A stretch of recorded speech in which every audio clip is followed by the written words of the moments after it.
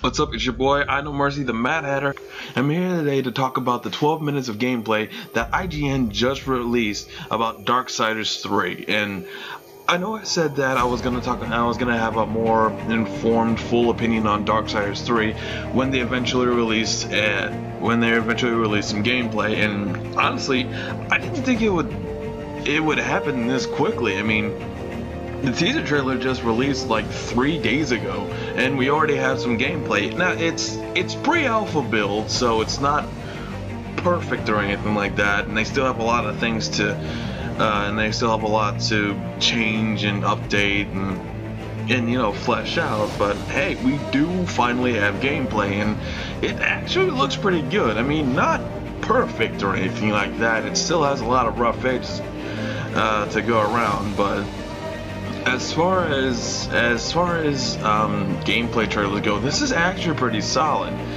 They don't have anything too substantial to show. They only showed one level, and if anything, only part of one level, since if the dungeons in this game are going to be anything like Darksiders 3, it's going to take a lot longer than 12 minutes to get to the boss. But here we do see at least part of one level at Darksiders 3, and you finally get to see how Fury's gonna handle and how she's gonna move and stuff in the game, and it looks pretty good. She actually seems more acrobatic than Death, which is surprising because he was fucking Prince of Persian all over the fucking place in Darksiders 2. But we haven't really seen that much platforming in this game so far. It's mostly been combat and showing the different things that Fury can actually do. One thing that isn't all that surprising that she can do, she can whip onto ledges and swing from them and stuff. Like, it's not that strange or unusual to see that, especially with a character with a whip. It's actually pretty commonplace, but it is a new part of the exploration that's going to be in this game, which is kind of cool. And one thing that is kind of different from the other two games is that Fury can crouch.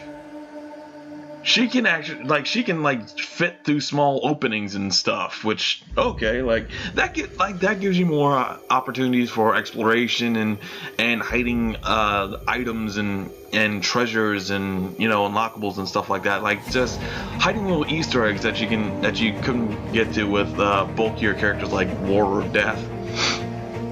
And the combat it's good. It's not anything amazing. It's good. It's pretty much what you would expect from a character who uses a whip. And I'm guessing that this is pretty early in the game, which makes sense, because Fury doesn't really have that many combos or attacks or anything like that. She has her basic combo, and she has a couple of spinning attacks, but that's about it. Like, it's really nothing all that impressive. Considering A, it's alpha, and B, it's probably pretty early in the game, so she doesn't have that many combo or attack options yet. One thing I think a lot of other people are really disappointed about it is the fact that the video didn't show any of her magical abilities. Like it has been established that Fury is going to be a more mage-like character, so magic is going to be a bigger part of her repertoire than War or Death. And well, I can't say anything about War since, again, I haven't played Darksiders 1. Death had some really cool, interesting magical abilities, but he was still mostly a melee-focused character. So I'm really curious what kind of abilities and spells and powers Fury, who is supposed to be a magic-based character, is going to have. It really is disappointing that we didn't get to see anything for magical abilities in this trailer, but no, again, it is alpha build, so maybe they just haven't programmed them, or they haven't perfected the animations or anything like that. But like I said, it really is disappointing that we didn't get to see any of that in the trailer. But we do get to see at least one of the bosses in this game, the 7 Deadly Sins. She's fighting Sloth in this trailer, and he looks alright. I mean, it's not that great. I mean, it's it's kind of what you would expect from a Darksiders boss. The design is interesting, but it's not great. And oddly enough, Sloth is titled as the Lord of the Flies, and I was always under the impression that was Beelzebub. But okay, you know, fine, whatever. The fight with Sloth it was okay. Like, I'd imagine that Sloth would actually be the first boss. Like, I'm pretty sure this is just the first level of the game, and Sloth's the first boss, because he really didn't seem all that intimidating, and he was big, and he couldn't really move, and also, weird thing, he's called Lord of the Flies, but all of his minions and kind of look like crabs.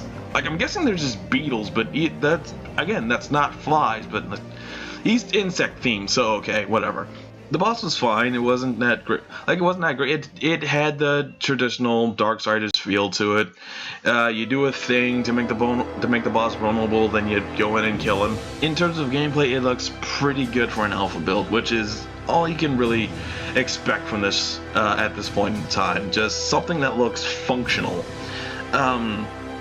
In terms of graphics, it's good, but I kind of wish it was better, if that makes sense. It's just, I really miss the old art style. I mean, this new art style, it isn't bad. Like I said, it's not bad, it's just jarring coming off of Darksiders 2 and how amazing that world looks.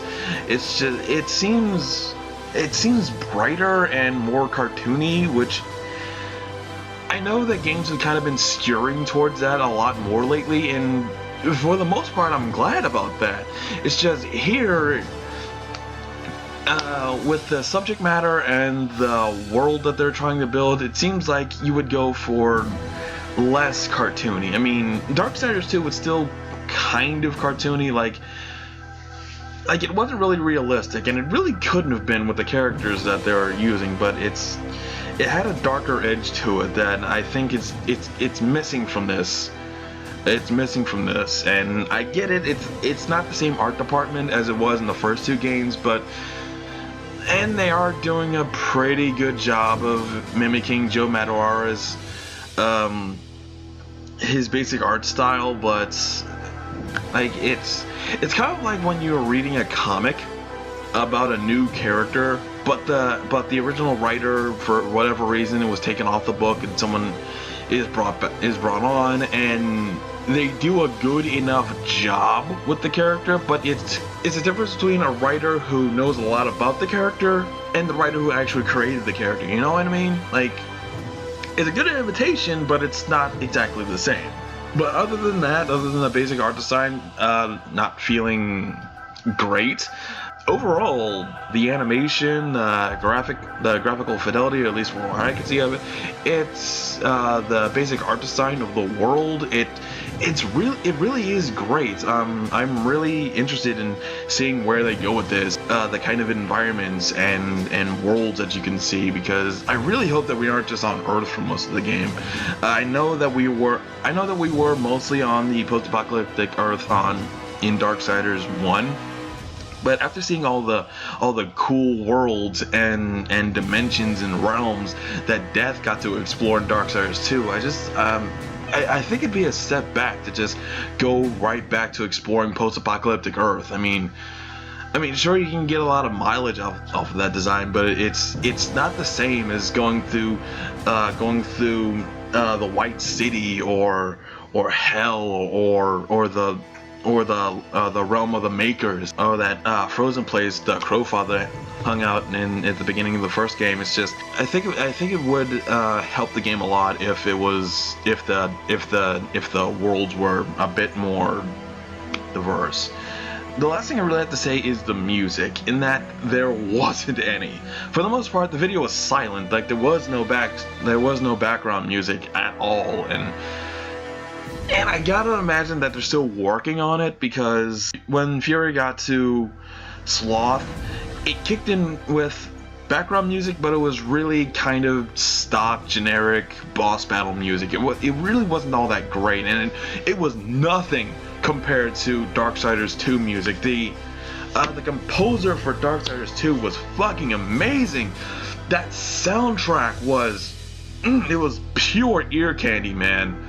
And I just really hope that they have, I forgot the composer's name, but I really hope that they have the same guy behind the music in this, and it has that same epic, fantasy gothic feel to it. It was just so amazing, but I get it. It is pre-alpha. The music probably isn't finalized.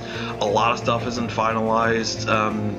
Like, I know we're gonna get more weapons. We're gonna get magic and everything like that. But for an alpha build, for a pre-alpha build, this was good. This was great. I appreciate this, and it is great that they're actually moving forward with this a lot more. And I'd imagine that that by E3 we're gonna have a lot more to see and go off of, and that's at least something to look forward to, I think. So, alright, so what do you think of Darksiders 3 so far? Does it look good? Are you appreciating it? Are you hyped for it? I know I am. I'm No Mercy, the Mad Air, and I'll see y'all later.